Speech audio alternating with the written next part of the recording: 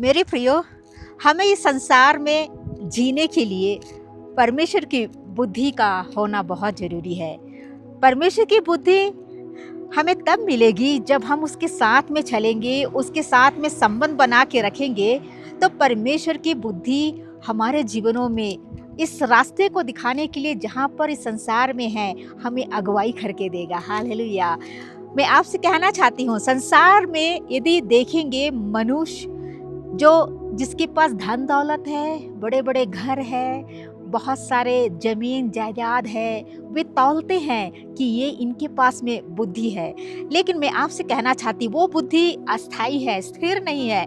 लेकिन परमेश्वर की जो बुद्धि मुझ में और आप में है, तो वो सही दिशा को वो दिखाती है। एक वचन आज के सामने सुबह के समय में आपके सामने पढ़ना चाहूँगी।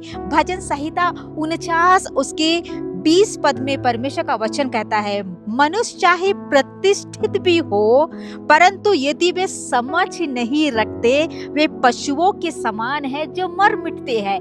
परमेश्वर का वचन साफ कहता है, चाहे मनुष्य कितने भी प्रतिष्ठित, कितने भी धन दौलत वाला, कितने भी धनवान कैसे भी क्यों ना हो, यदि वे समझ नहीं रखते हैं, यदि उनके जीवनों में बुद्धि नहीं है, तो वे पशुओं के समान हैं जो मर मिटते हैं। आज मैं आपसे कहना चाहती हूँ, मैं और आप परमेश्वर की बुद्धि हमारे जीवनों में प्राप्त करना है। परमेश्वर की बुद्धि तब हमारे जीवनों में आएगी जब हम उसके पास में जाएंगे और दिन प्रतिदिन उसके सम्मुख में बैठकर जब हम समय व्यतीत करेंगे, बाइबल पढ़ेंगे, प्रार्थना करेंगे। मैं आपसे कहना चाहूँगी कि परमेश्वर हमारे जीवनों में समझ देगा। जो भी हम कार्य करेंगे, जो भी हम बातें करेंगे, एक समझ, एक बुद्धि हमारे जीवनों में देगा और हमें सही डायरेक्शन, सही रास्ते की ओर लेके जाएगा।